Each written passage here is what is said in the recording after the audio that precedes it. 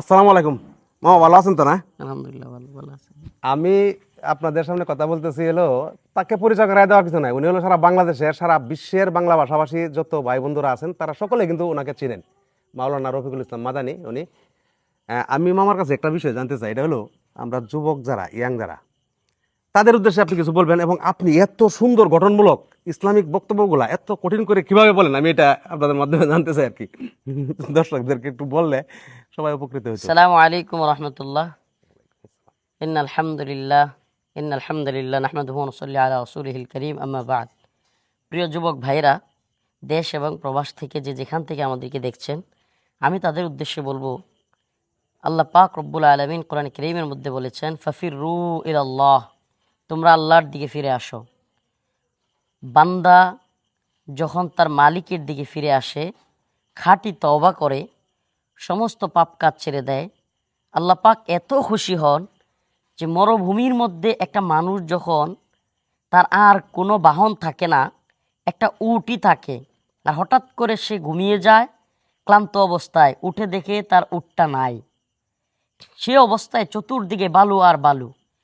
এমন অবস্থায় তার মনের মধ্যে, আমি কিভাবে এই উত্তপ্ত বালুর মধ্যে পা ফেলবো, কিভাবে এই দীর্ঘ পথ পাড়ি দেব, একটা টেনশন পড়ে যায়। ওই সময় একটা উট সাথে সাথে আবার যখন সে পেয়ে যায়, তখন যেমন খুশি হয় লোকটা, তার চাইতে বেশি আমার আপনার মালিক রব্বুল আলামিন তার বান্দা যখন গুনাহ ছেড়ে দিয়ে দিনের পথে আসে, হালাল রিজিকের তালাশ করে, হারাম থেকে বিরত থাকে, নামাজ পড়া শুরু করে, তখন আমার আপনার মালিক তার চেয়েও বেশি খুশি হন। সুবহানাল্লাহ।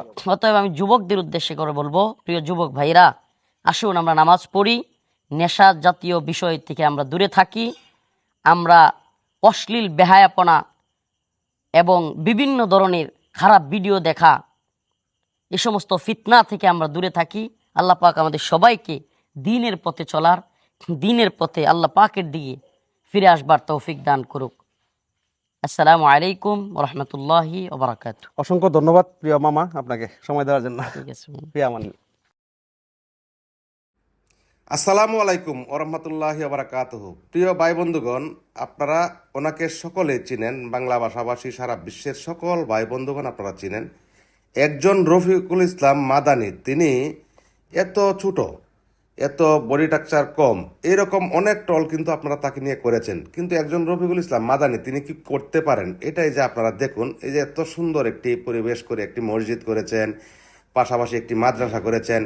এখন তিনি এমন একটা পর্যায়ে আছেন, আমাদের দেখায় এবং আমাদের জানাশোনায় সারা বাংলাদেশের প্রত্যেকটি আলেমের সাথে তার যোগাযোগ, প্রত্যেকটি এলাকার বিশিষ্ট ব্যক্তিদের সাথে তার যোগাযোগ, এলাকার, তার নিজ এলাকার পূর্বদলার, নেত্রকোনার বিভিন্ন সামাজিক কর্মকাজে তাকে দেখা যায়। এবং সে সামাজিক অনেক কাজগুলাই তিনি বাড়িতে বসে বসে করেন এবং শহরে এবং বিভিন্ন জেলায় গিয়ে বিভিন্ন প্রোগ্রাম করেন।